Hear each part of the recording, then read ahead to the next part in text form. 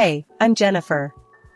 I'm 34, been married to Jake for about a year now, and I spend most of my days glued to my laptop, teaching students from all over. Life was cruising along pretty okay until the day it wasn't. You see, Jake and I live in this pretty awesome house my folks left me. It's big, cozy, and has been just ours until recently. Jake's folks, Martha and Bob, live just down the road. At first, it was kinda nice having them pop by. But then, the nice turned into a nightmare. Martha, with her lifetime badge of housewifery, started nitpicking everything from my cooking to how I kept the house. And let me tell you, her standards were somewhere up in the stratosphere. "Jennifer, darling, this pasta is a bit bland, don't you think?" she'd say, screwing up her face as if she'd bitten into a lemon. "And the house? Oh, boy. A woman's touch means a spotless home," she preached. "You do want to keep Jake happy, don't you?" I bit back 1,000,001 retorts every time. "Martha, I work. It's not like I can magic the dust away between classes," I tried explaining once, hoping for a shred of understanding. She just sked, waving her hand as if swatting my words away. "Nonsense. It's about prioritizing. Your job is to take care of the home. And Jake, of course." One day, she even had the nerve to inspect Jake's laundry, right in front of me. "You're letting him wear this? The colors have faded. You're not using the right detergent." I was seething, fists clenched so tight I could probably turn coal into diamonds. But I swallowed the anger, thinking, "Keep the peace, Jennifer. They're not staying with us. It's just a visit." But, man, those visits felt like they were stretching the fabric of my sanity thin. Really thin. One sunny afternoon, I was setting up my laptop for my next online tutoring session when I heard a truck pull up outside. Peeking through the window, my jaw nearly hit the floor. There was Jake, helping his parents unload boxes and furniture from a massive moving truck. My heart sank. This wasn't happening. Martha, ever the matriarch, was directing traffic like she owned the place, while Bob just seemed pleased as punch, not lifting much as he surveyed his new kingdom. Jake caught my eye and gave me an apologetic shrug. I stormed out. "Jake, what on earth is going on?" "Oh, hey, babe. Surprise. Mom and Dad are moving in with us. Isn't that great?" He was all smiles, clearly oblivious to the nuclear level of my panic and anger. "Great? Great? When were you planning on asking me, your wife, about this little life-altering decision?" I was practically spitting each word, incredulous. "Babe, calm down. It's just for a little while. They're having some financial troubles, and this way, they can rent out their place for extra cash. It's a win-win." Jake tried to wrap his arm around me, but I was having none of it. Martha chose that moment to waltz over, a commanding figure in her pastel cardigan and pearls. "Jennifer, darling, it's so sensible, don't you think? We're all family here. Plus, you've got so much space in this lovely house of yours. It was meant to be shared." Shared? This house was my sanctuary, left to me by my parents who are no longer with us. It wasn't just some communal flop house.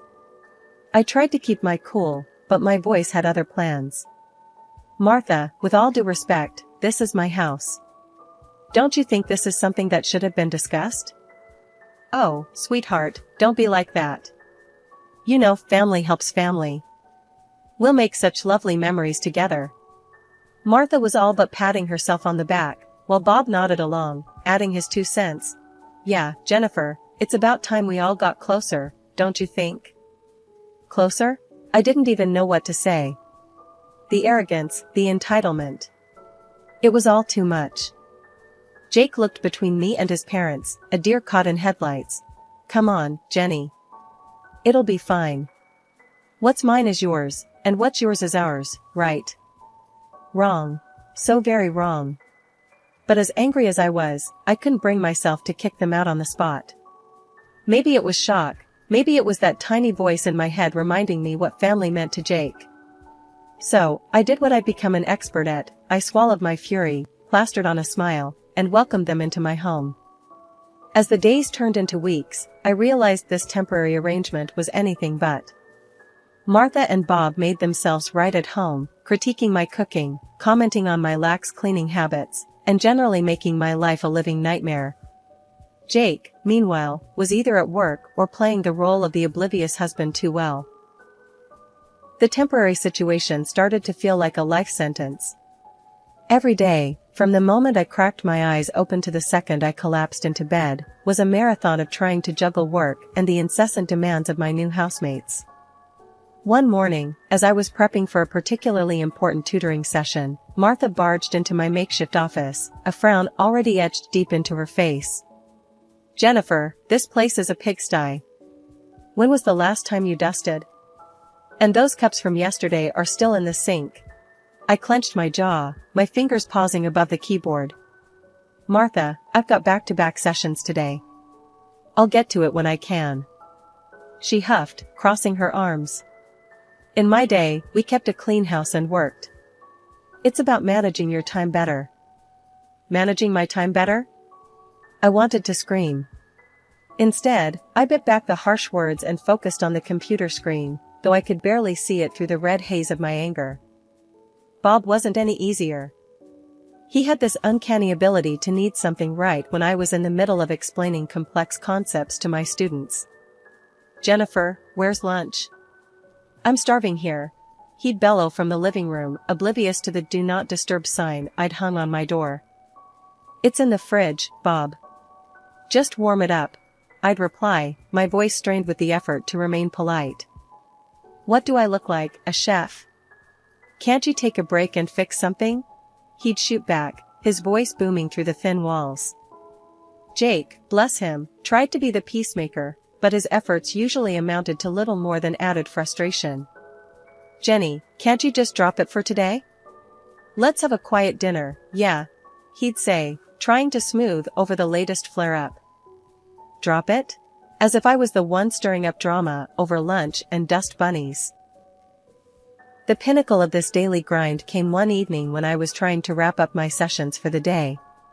Martha decided it was the perfect time to lecture me on the importance of a tidy home, again.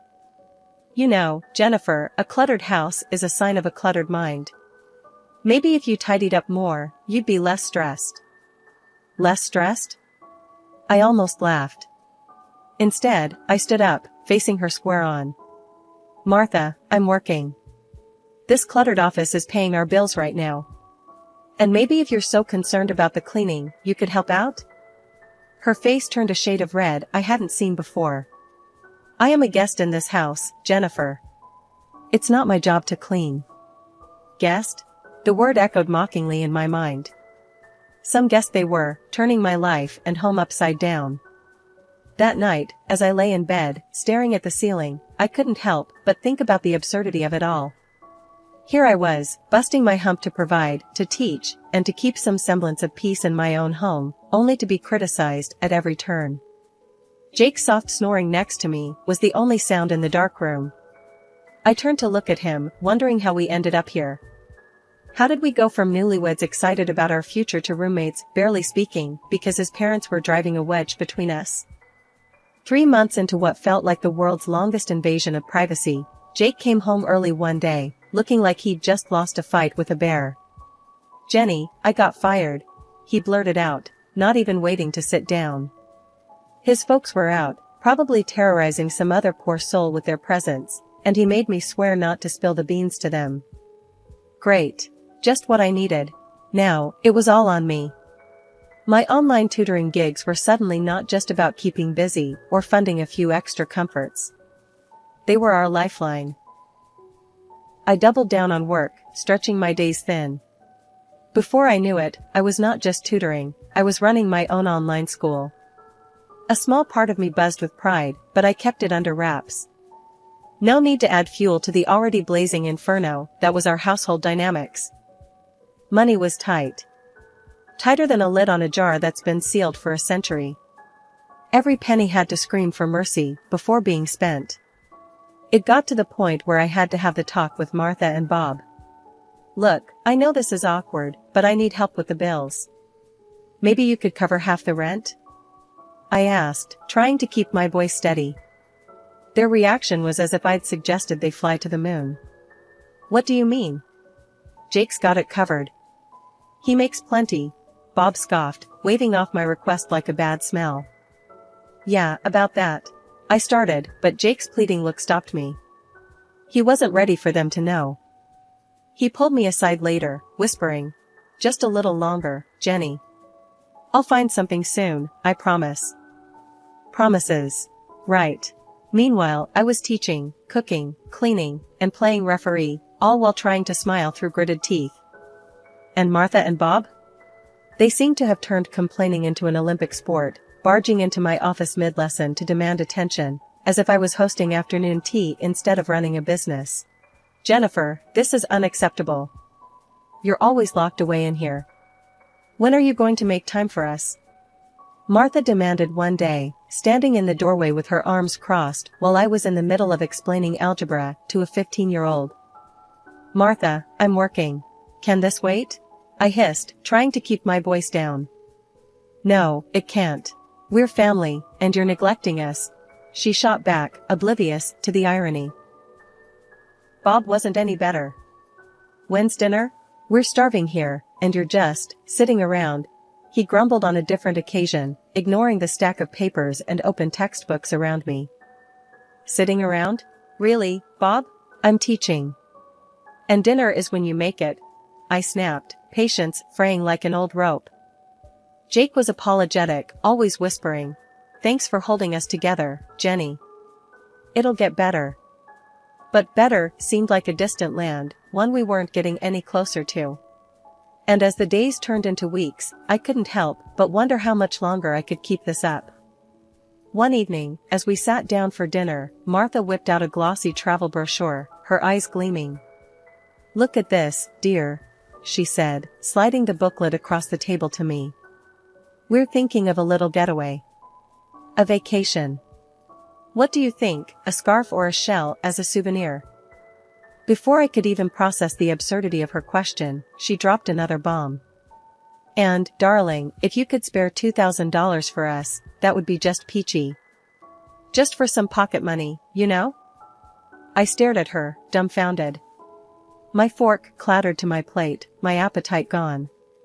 "Spare $2,000? I echoed, incredulous. "For a vacation?" Bob nodded, as if it was the most reasonable request in the world. "Yeah, you know, for the little extras. Wouldn't want to miss out on the fun stuff." The room spun. This was beyond outrageous. It was as if they were living in a fantasy world where money grew on trees and I was the gardener. I couldn't hold back any longer. "How long do you plan to live at my expense?" I demanded, my voice rising. "You don't pay for anything. No rent, no groceries. And now you want me to fund your holidays too?" Martha and Bob exchanged glances, clearly not expecting the outburst. "Well, we thought Jake was taking care of all that," Bob said, attempting to sound innocent. I turned to Jake, my eyes blazing. "And what about you? Do you think this is okay?" Jake squirmed in his seat, mumbling something inaudible. "Not only that," I continued, steamrolling ahead, "you barge into my office, interrupt my work, and have zero respect for my personal space. I've had it." There was a tense silence. Then, Jake, his face a mask of frustration, finally spoke up. "Why are you talking to my parents like that? They're just trying to enjoy life." "Enjoy life? On my hard-earned money?" I shot back, disbelief lacing my words. That's when Martha, always the actress, began her performance, tears welling up as she wailed about my ingratitude. "After all we've done for you. We even told Jake he shouldn't divorce you, despite everything." The room froze. "Divorce?" I echoed, the word slicing through the tension. I turned to Jake, my heart in my throat. "Is that true?" Jake's face went from red to white, a guilty look flashing in his eyes, before he averted his gaze. Martha, seizing the moment, clutched at her chest, gasping dramatically. "My pills, upstairs. Please." Despite everything, concern washed over me. I stood up abruptly, the need to ensure she was okay momentarily overshadowing my anger. Fine, I'll get your medicine. I left the dining room in a daze, my mind racing. The accusations, the deceit, and now this talk of divorce? My world was unraveling, thread by thread, and I was left to pick up the pieces. I had barely reached the top of the stairs when I realized I didn't even know which medicine Martha was on about. Turning back, the last thing I expected was to overhear the truth that would turn my world upside down. Jake's voice, usually so warm and familiar, was barely a whisper, yet every word struck like a hammer. Mom, you nearly blew it tonight. We need to get her to sell the house first. Talking about divorce now is just going to spook her. My heart stopped. Divorce? Sell my house? The pieces clicked together in a mosaic of betrayal. His mom, Martha, was quick to reply, her voice a hiss. I know. But keeping up this charade is exhausting. She's not as clueless as you think. Jake was insistent, almost desperate. Just stick to the plan. Make things hard for her, unbearable even. She'll cave, sell the house, to get away from you, and then we can do whatever. But not before. If she divorces me now, I get nothing from the sale. The coldness in his voice, the calculated manipulation, it was all laid bare. My knees felt weak, my heart shattered. This was their plan? My husband and his parents, plotting against me in my own home? He continued, oblivious to my silent presence. We'll be set once this is done. Sell the old place too, and we can finally get something better. Just, lay off the big purchases for now. Don't draw attention. I stood there, frozen, a statue of disbelief and hurt. They were supposed to be my family. How could they do this? Back at the dining room door, I paused, collecting myself. The mask of ignorance was now my best defense. Walking in, I found Martha clutching her chest, a perfect picture of distress. Oh, dear, I forgot to ask which medicine you needed, I said, my voice steady, despite the chaos within. Martha, caught in her act, quickly shifted gears. Oh, it's all right, dear. I think I just need a moment. The excitement of the evening, you know. Jake glanced at me, a flicker of something in his eyes. Was it guilt? Fear? I couldn't tell. Everything okay, Jenny? I met his gaze, a hollow laugh echoing inside me. Fine. Just tired, I guess. It's been a long day. As we finished dinner in silence, my mind raced. They didn't know that I knew. And I intended to keep it that way. For now, I would play the part, bide my time, and plan my next move carefully. They wanted a game? They'd get one. But on my terms. The next morning, I didn't waste a second. I called off my classes, feeling a mix of nerves and determination. Today wasn't about teaching, it was about reclaiming my life. My first stop was the lawyer's office. I laid everything out for him, the deception, the manipulation, and their plans against me. He was reassuring, clear that the law protected my inheritance. My house was mine alone, divorce or not. With divorce papers in hand, I headed back home, my resolve stealing with every step. The scene that greeted me was predictably frustrating. My mother-in-law, Martha, immediately started in on me for not having dinner ready. Where have you been all day? We've been waiting for you to make dinner, she snapped, her voice dripping with disdain. I met her gaze, my patience worn thin. I'm not your cook, Martha, or your maid. That ends now. Jake tried to smooth things over, with a hint of his plan peeking through. Look, maybe this is a sign we should sell the house, start fresh somewhere else, he said, his voice too casual.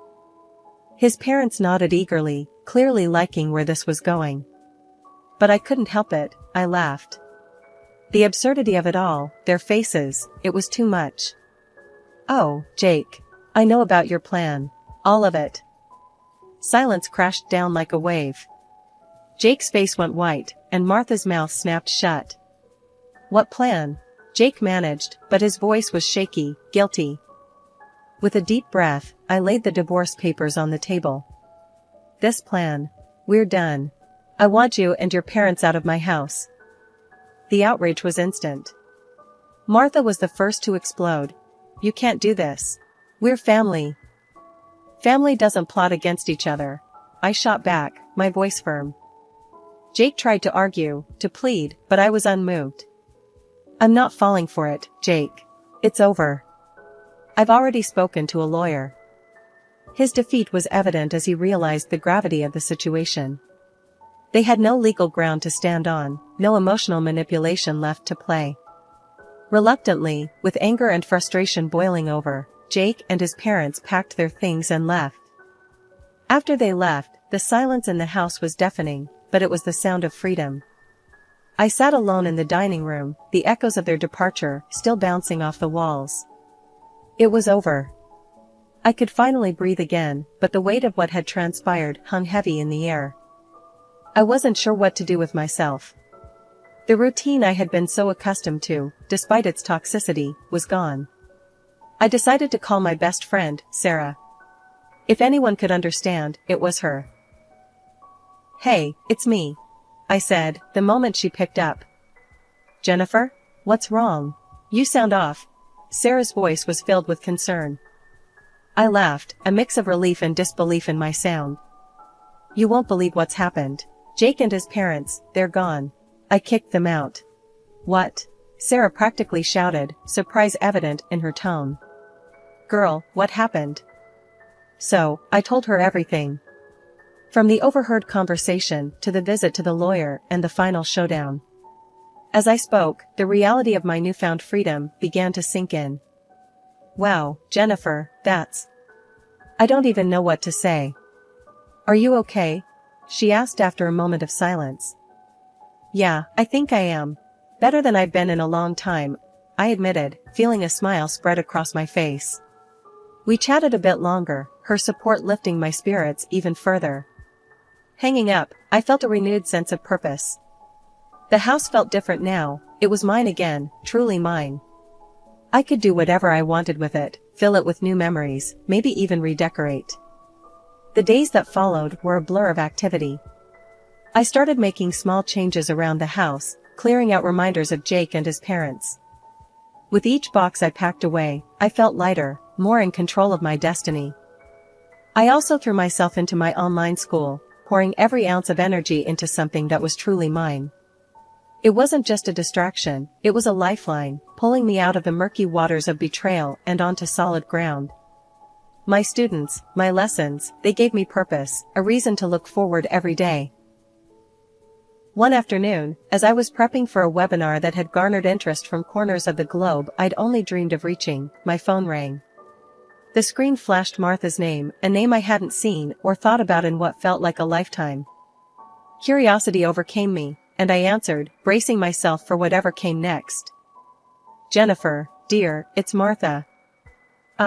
We need your help, she stammered, her voice laced with a desperation I'd never heard from her before. I hesitated, memories of their betrayal flashing bright and hot.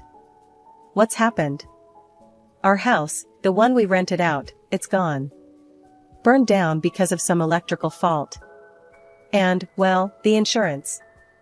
She trailed off, the weight of her omission hanging between us. And you didn't pay the insurance on time. So, now you're out, with nothing. I finished for her, not without a trace of cold satisfaction. Yes, exactly. We were wondering, hoping, really, that maybe we could stay with you. Just for a little while, she pressed, each word more desperate than the last. The audacity of her request left me speechless for a moment. After everything, they still saw me as a safety net, their backup plan. I found my voice, steadier and colder than I intended. No, Martha, that's not possible. You're strangers to me now. Later, through the grapevine of mutual acquaintances, I learned about Jake's new reality. He'd taken a job, one far below the expectations and lifestyle he once held dear, just to scrape together enough for a roof over their heads and the basics. Part of me wanted to take satisfaction in his fall from grace, but another, deeper part of me just felt tired. Tired of the anger, the resentment. It was time to truly move on.